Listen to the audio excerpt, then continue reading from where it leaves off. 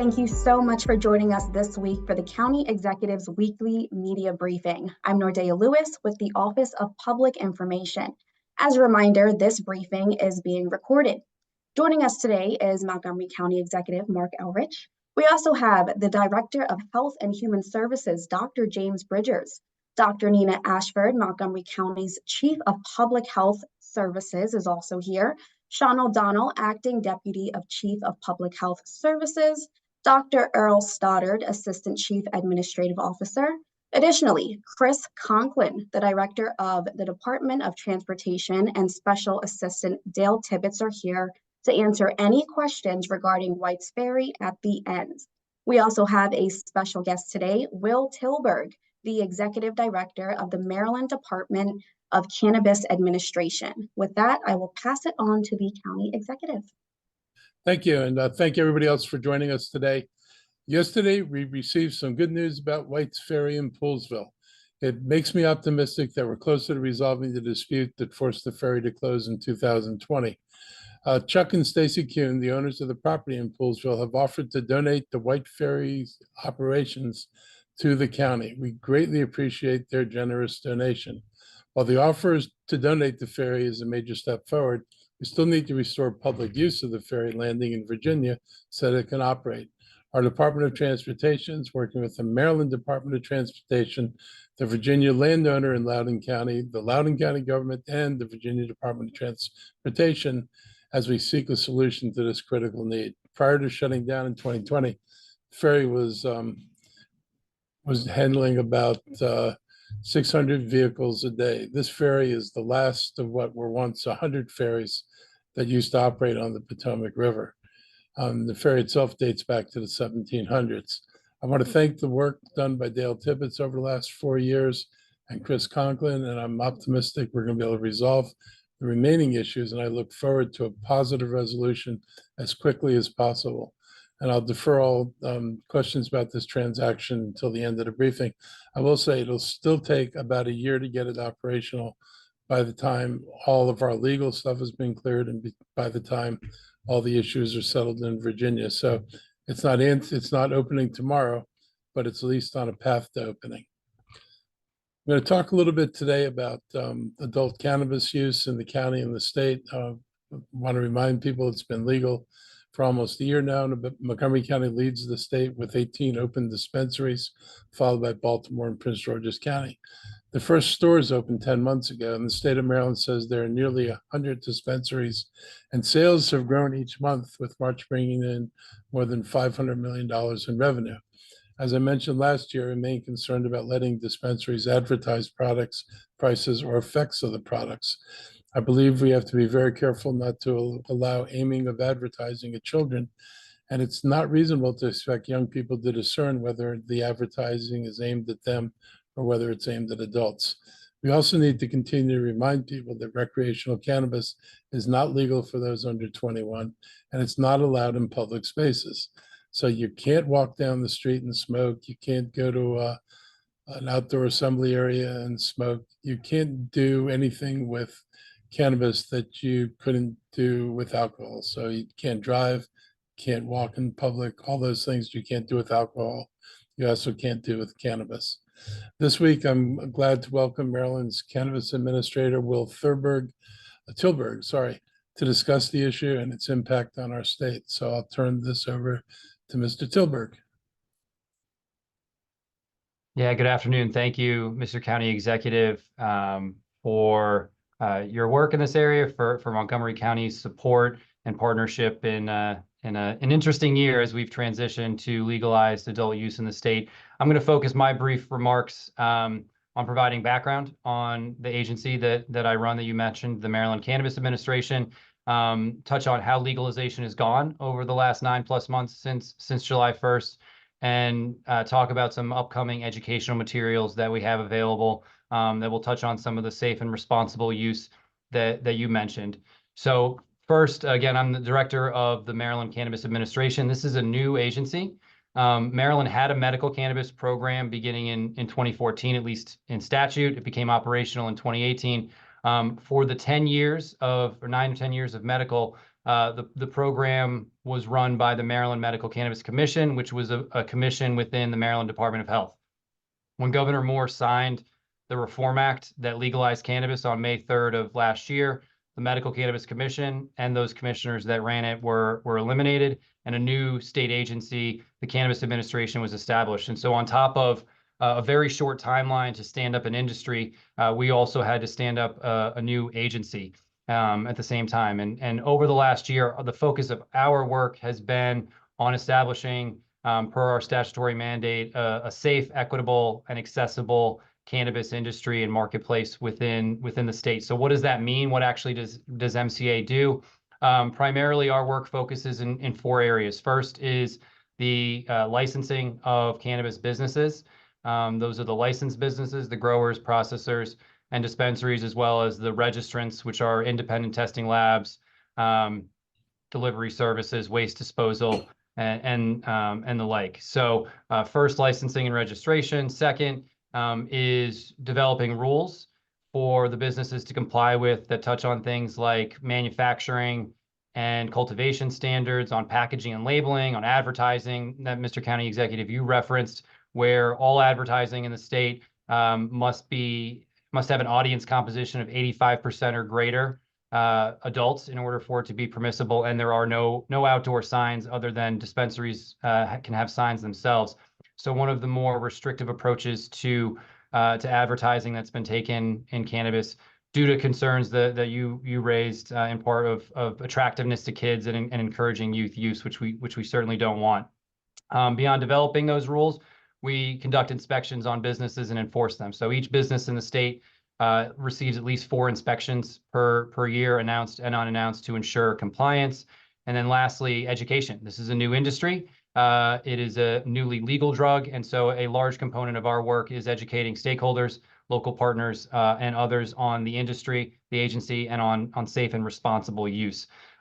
Looking quickly to the last 9 months of legalization, again, adult sales began on July 1st of 23. Since then, we've seen about 800 million in total medical and adult use sales, of which 500 million is related to adult use sales. The state has a 9% sales tax that is assessed at the register on adult use cannabis only. And so in the first year, we would anticipate about 700 million in adult use sales. And so that equates to about $65 million in total tax revenue for the state in the first year. Initially, the marketplace was existing medical operators that were able to convert and be hybrid medical and adult use licensees. However, last month, we conducted a license lottery to begin expanding the marketplace and awarded 170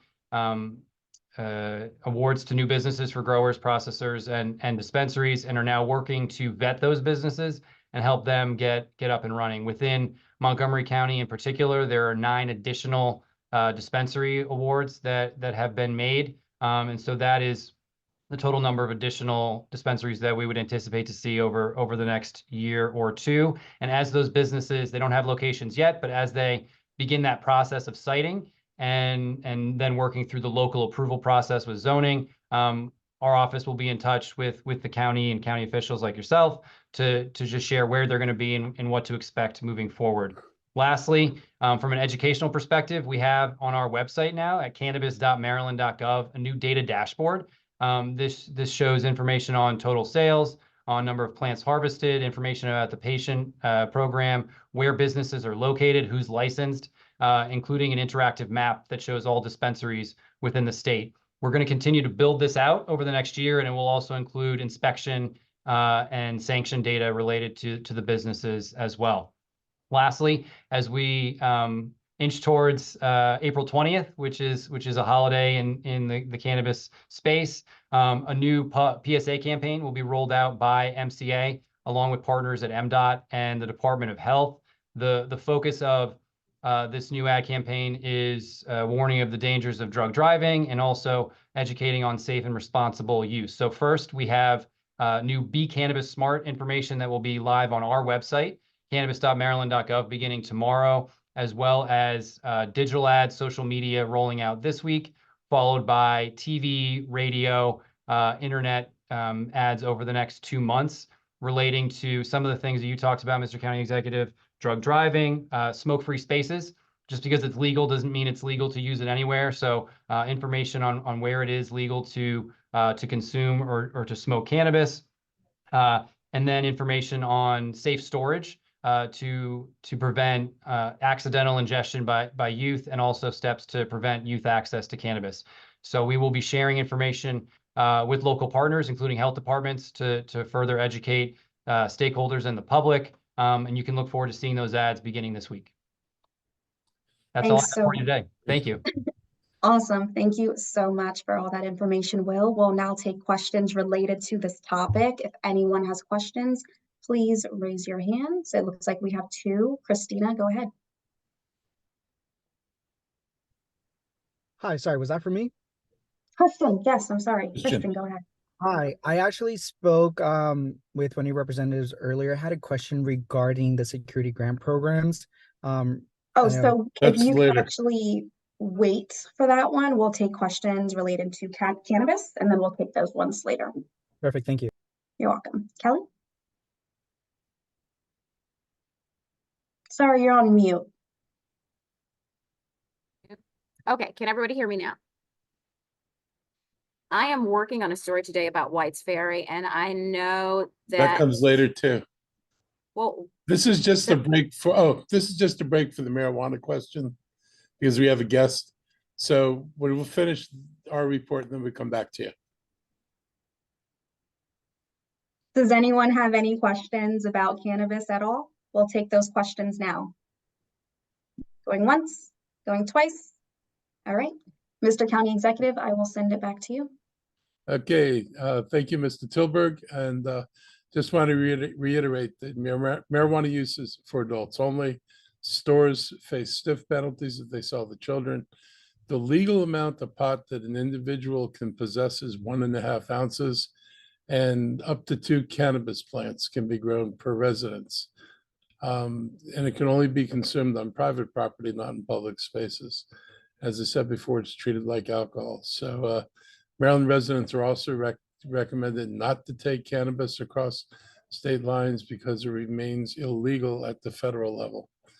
And so we can't guarantee that if you had a federal encounter, that somebody would say, well, it's legal in Maryland, you're okay. So don't take that chance. Other news, yesterday we wrapped up the county's 11th annual energy summit. The 2-day event was a great opportunity to discuss our plan for drastically reducing greenhouse gas emissions and to highlight the vital role government business partnerships are going to play in sustainability. Throughout the conference, education focused on the latest trends in green building, energy efficiency, renewable energy, and related topics. As we work to implement our ambitious climate goals, we need to help the private sector understand its role in reducing pollution. And also, we want to educate the private sector about what programs the county has that will help assist them. To that end, one of the really exciting things that's happened in the last week is our Green Bank was announced as going to be a recipient of a large number of dollars to help with the transition to greener energy for the private sector, and also some apartments. And so we're excited about this because it's more money than we've seen before. We don't know the exact amount yet, but I know what we've seen before, and it's more than that. So this is exciting news, and it's going to help us do the work that we've been planning to do. Maryland Secretary of the Environment, Serena McElwain, delivered the keynote speech on prioritizing programs to reduce greenhouse gas emissions. The state's on track to meet some of the significant metrics tied to the Climate Solutions Now Act of 2022. This includes a 60% reduction in carbon greenhouse gas emissions by 2031. The other target is carbon neutral emissions by 2045 and 100% clean grid in place by 2035. So these are some of the ambitious targets that the state has. I will say that their progress on meeting particularly the clean grid targets will help Montgomery County as well. The state's also committed to transitioning away from coal-fired power plants and scaling up renewable alternatives like solar, wind, and batteries. Like Montgomery County, they'll also look to retrofit existing buildings so that electric heat pumps and water heaters replace gas ones. And for more information on this year's event, you can visit mcenergysummit.org. I'd also like to address the issue of the budget and the so-called structural deficit. The term structural deficit implies some sort of major long-term problem, but that's not what we have. We actually don't have a structural deficit. Every year we have to recommend a budget that's balanced. This budget is balanced. Not only is it a balanced budget, it's a balanced budget with no tax increases in it. We spend many months reviewing programs and policies and asking difficult questions. And this year, we made a decision to continue funding some of the programs that we began during COVID, because we have seen that while the pandemic over, the need is still great. This is acutely true in the food space, where the lines that people are reporting who run the delivery of food or the handing out of food are as long as they were during COVID. We're continuing to provide food distribution and continue to support the hubs that didn't exist before COVID. So the hubs are an important part of the county, because they were something we learned during COVID, is we could get services out more easily if we used the hubs and relied on our nonprofit partners than by the county trying to do everything itself. So it was a good partnership, and we're keeping it in place. At the same time, I and my whole team knows that we cannot spend what we don't have. We meet with rating agencies every year. I met with 3 rating agencies again, and they review our finances and our plans, and we continue to get a AAA rating each year. And we've received praise for our local stewardship. When I became county executive, we never hit the target of 10% reserves, never. And we were constantly being warned by the rating agencies that they expected us to get there. We hit that target 2 years early in my second term of office, during COVID, no less. And the reserves have only continued to grow. In the current year, we have reserves of about 15%, 5% over the target of 10%. And the recommended budget that I recently sent to the council maintains some of that surplus and uses some of it to pay for important programs like food distribution and, frankly, some of the other programs the council asked us to include in the budget.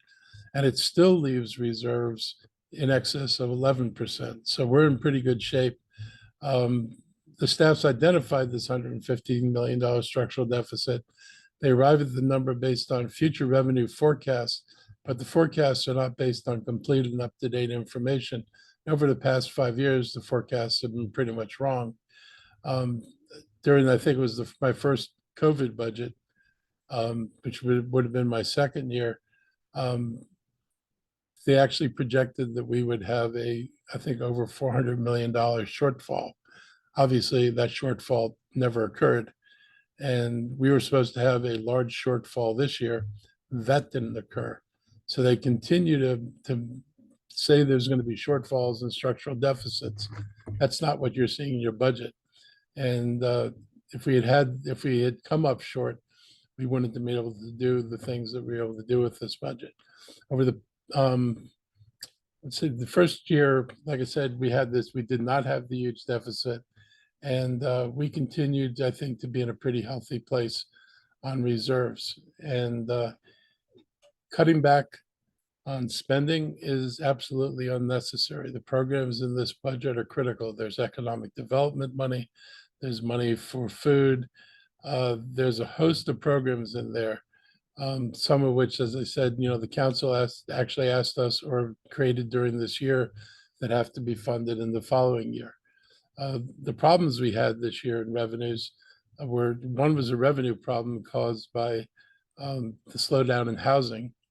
And that's continued, with Powell, the head chair of the Fed, through the inflation policies that they've adopted. And that cost us probably about a $75 to $80 million swing to the negative in revenues. We fully expect that as soon as interest rates drop, the housing market comes back, transactions will start occurring again in the normal pace. And next year's budget, if anything, is likely to have more money from the housing taxes than we had in this year's, which was severely reduced. The other thing that happened last year is the council did what they said we shouldn't do, was they told the school system, in trying to fund their budget, instead of raising taxes, they told the school system to spend $33 million of federal money that was one-time money that no longer exists, and to spend it on hiring people, fully understanding that this year's budget would have those same positions in there, but no funding to support it. So our budget supports the school system. And again, we managed to do it without the taxes. But some of the stresses in our budget are caused by decisions like last year's decision. The surplus is going to maintain our reserves, and the budget I sent to the council has 11.6% in reserves. The focus on the so-called structural deficit obscures the questions that we actually need to be asking. Are we providing the resources we need to provide to our residents, to our schools and students, to our families, to our businesses? Do we need to raise more money? Each year we make decisions about what can be funded and whether a tax increase is appropriate. And last year we knew the only way we would get through to the school funding was with a tax increase. This year obviously is not the case, so you don't see a tax increase. We have to continue investing in our county, though. You cannot pose the question, as somebody posed, that if you want to do more things, you're going to have to pay your workers less. First place, there's no connection between punishing workers and a council's desire to fund more things. Second, there's no reason to believe that government is static. I only need to look at, council actions in the last couple of weeks. $20 million that wasn't in the budget for housing, a proposal to spend another $20 million that wasn't in the budget for economic incentives, any number of projects that came across the line during the course of the year that weren't in the budget. So the idea that we're not going to do new things is just not realistic. And if we are going to do new things, it's reasonable to expect that we're going to have to figure out how to pay for it. And that continues to be a challenge. I've been in the forefront of pushing for a fair tax system. I believe that, as in Virginia and DC, they put more of their tax burden on the private sector and less of it on residents. There's no reason that Montgomery County doesn't do the same thing. And we will continue to try to get the council to address tax fairness as we go through next year's budget and through the legislative session again next year. We continue to invest heavily in the county, and we have a great county, but we need to keep making sure that we do what's needed to keep it great. Just today, I spoke at events to kick off efforts to end child hunger. That's a problem we didn't have, or a program we didn't have 5 years ago, and to expand workforce training, initiatives supported by council members again. This budget, like all the budgets, is balanced, responsible, and moves in the right direction. I look forward to working with the council, and I hope they can approve it.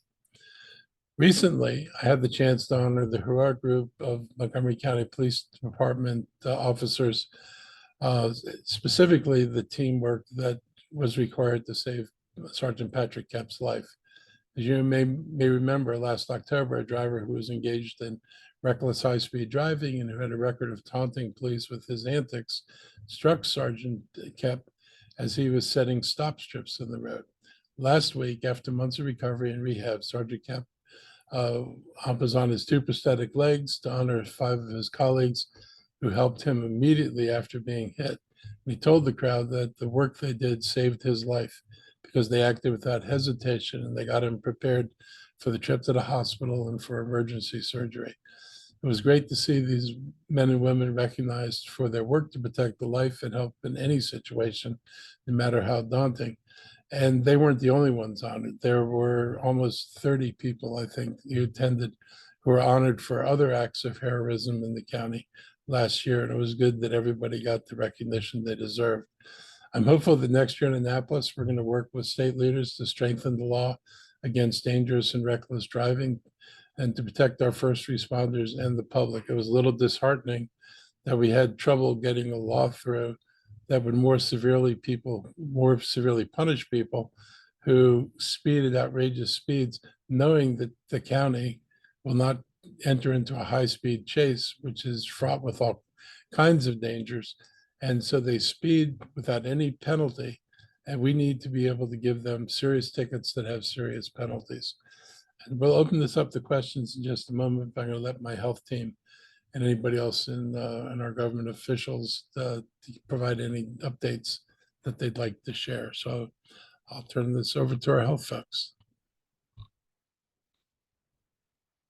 Thank you, Mr. County Executive. No direct comments coming from HHS today. My colleagues and I are always open to any questions from the media this afternoon. Thank you for the opportunity to join another press conference with you. All right, thank you. If there is nothing further from our health team, we will now open the floor for general questions. Now's the time. Christian? Hi, good afternoon, everyone. My question is directed to Dr. Stoddard. I have a question about the security grants for houses of worship, and actually let me record on my end. I'm sorry. Can I give is my request accepted? I'm sorry, last minute. It says you're recording, actually. Perfect, awesome. Thank you guys so much. So my question is, just very briefly, this isn't the first time that places of worship in the DMV have been targeted, particularly Montgomery County. What Thai in Silver Spring was targeted and robbed of nearly $20,000. Could you just briefly explain the importance of this initiative and how it'll help places of worship in the area? Yeah, so we've had the nonprofit security grant for a number of years. Actually, we just announced the recipients for this year. I think there were 136 of them receiving $900,000 in total. County executives actually proposed an increase in that for the next fiscal year up to 1.2 million. We've seen an increase in the number of requests each year, and frankly, we've seen an increase in the number of recipients we're able to serve each year based on the continued investment from the county executive and the support from the county council. So obviously this program is done in concert with several other programs that we do to train and educate our houses of worship. The grant program is principally focused on acts of hate and bias violent hate bias events. But the reality is that the security measures that we help them enact, which are cameras, hardening of their facility, training, having off-duty police officers during their high holy days, do enhance the security of the facility to try and address the collateral things that we're talking about of theft and vandalism. And so obviously, I do believe that some of the people who were targeted happen to be recipients. And actually, in some cases, the cameras that were purchased with those grants were actually the ones that captured the information that will be helpful in finding and ultimately prosecuting the individuals who are participating in these thefts.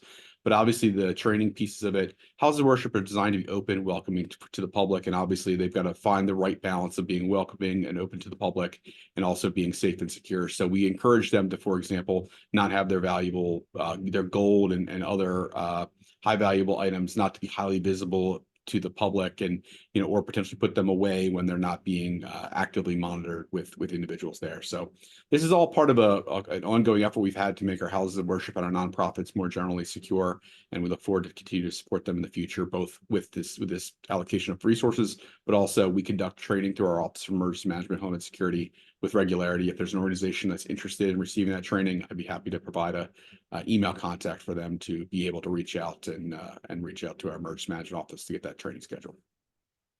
Thank you so much. All right, thank you for that question, Christian. Kelly, did you have a question you wanted to ask now? You're on mute. Okay, thank you very much for taking me. My question is about White's Ferry. When we last reported about White's Ferry in October, the owner of White's Ferry said that it would be willing to donate the property to Montgomery County if Montgomery County would put a plan in place to quickly get the ferry operational. And so I did hear Mr. Elbridge say that this process could take a year or so, but I'm wondering if you could provide more specific about what the next steps are to move this process along as quickly as possible. Yeah, so some of this is going to occur in parallel, so to speak. So we're trying to, we'll have to actually complete the legal documents for whatever transfer will happen with the Kuhn family. But, that's the first thing. And that obviously takes a little bit of time. It's not going to be something that gets signed tomorrow. The bigger issue is what it's going to take to get the Virginia landowner to allow the ferry to land there and operate. And we have been in negotiations with that owner for a very long time, but at least we know we have an owner that wants to get to a solution. So we're optimistic. We've also been working with Virginia Department of Transportation and the Loudoun County Council and as well to try to figure out, what else can be done to apply pressure or encourage the owner to come to an agreement on how to operate the ferry. We could not get the two parties to ever talk to each other. So that was a closed door. So we've had to go back and forth. But now that the county will own this, we anticipate that the owner will be willing to engage in us in the discussion. We've been able to talk to her, but we have not reached an agreement. And but I think, with this part solved, at least we don't have to deal with the tension between the two owners and the inability to open it because of that. Yeah, and that leads me to my next question, which is, what do you think is a feasible proposal to offer Libby Devlin that she might be willing to accept so that we can get the ferry operation quickly? So no negotiator ever puts their offer on the table. So I would never say a dollar figure because then I'm, obligated to that dollar figure. So we're negotiating and we're going to negotiate the best deal we can for the county, but it's a priority now for us to get this open. And now that we'll have the property and that we would deal directly with her in terms of operating it, the other thing I mentioned, we have to find an operator because the ferry won't operate itself. So we've got to find a company that's willing to operate this ferry. It's a little more complex. Obviously, it's not a bridge where you could just say, okay, you guys can cross the bridge now. This requires a ferry operator to actually put the pieces together. So as fast as we can, years on the outside, if we could get this done faster, we will get it done faster. All right, thanks for that, Kelly. Justin, take it away. Thanks. Same topic. In discussions with Loudoun County, are you all still exploring eminent domain or other legal solutions to this problem on the Virginia side? Well, of course, we thought eminent domain should have been used early on, but that was not Loudoun County's preference. And so if that becomes their preference, if they determine that now that we've solved the problem on our side, if there's no way to do that other than eminent domain, we hope that the county over there or the state over there would be willing to do it. But if there's a way of getting there without that, if we can reach an agreement, if there's something the state can do in Virginia that would help the Virginia owner to come to terms with this, we're happy to have it. But however it happens, it needs to happen. Thanks for that, Justin. Heather, I think you're next.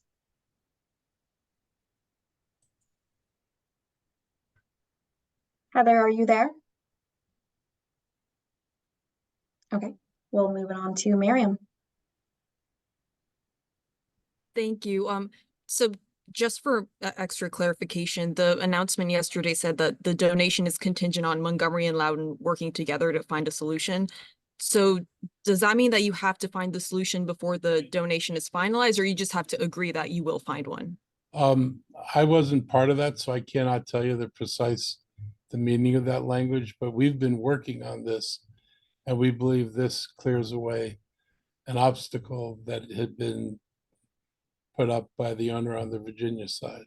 So hopefully we get to a better place quickly. And can I add in another question quickly? Sure. So you did touch on this, but why do you think that this move could be successful in getting the ferry reopened when previous efforts have fallen through? And I think you mentioned the tension between the owners. Is that a main part of it that's now being removed? Yeah, I think it takes that out of the equation. There's no issue of one party not being willing to work with the other party. The party that the Virginia owner has to work with is us. And we'll be making decisions. We'll be selecting the operator. So I think we're in a place where we can actually work this out. Thank you. All righty. I'm going to call on Heather one more time. Are you there, Heather? Hi. County Executive Elrich, I know you don't really want to put your cards on the table in terms of negotiations. So I'm not sure whether you can answer this or not, but the Rockland Trust before, they wanted a fee per car, and the Kuhn family wasn't amenable to that at all. They wanted to give them we'll give you a certain amount of money up front, no fee per car. Is that something that's still being considered? Any solutions being considered that can solve this problem, as long as it's reasonable.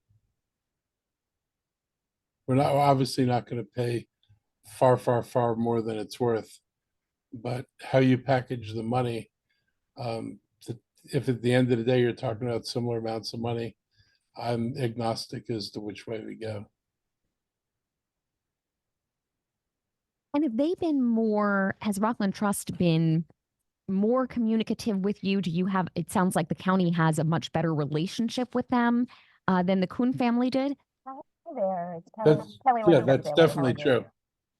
I mean, we've been able to talk with them. I've talked with the owner personally myself. Exactly.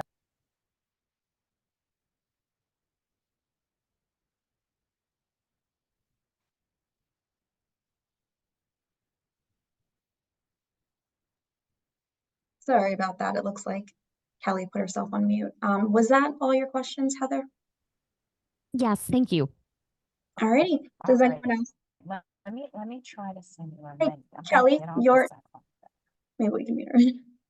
Sorry about that, everyone. Technology. What can we do? Does anyone else have any more questions? Going once, going twice. All right. Well, thank you guys so much for joining us again for this week media briefing. If that is it, we will see you next time. Bye. Okay. Thank you.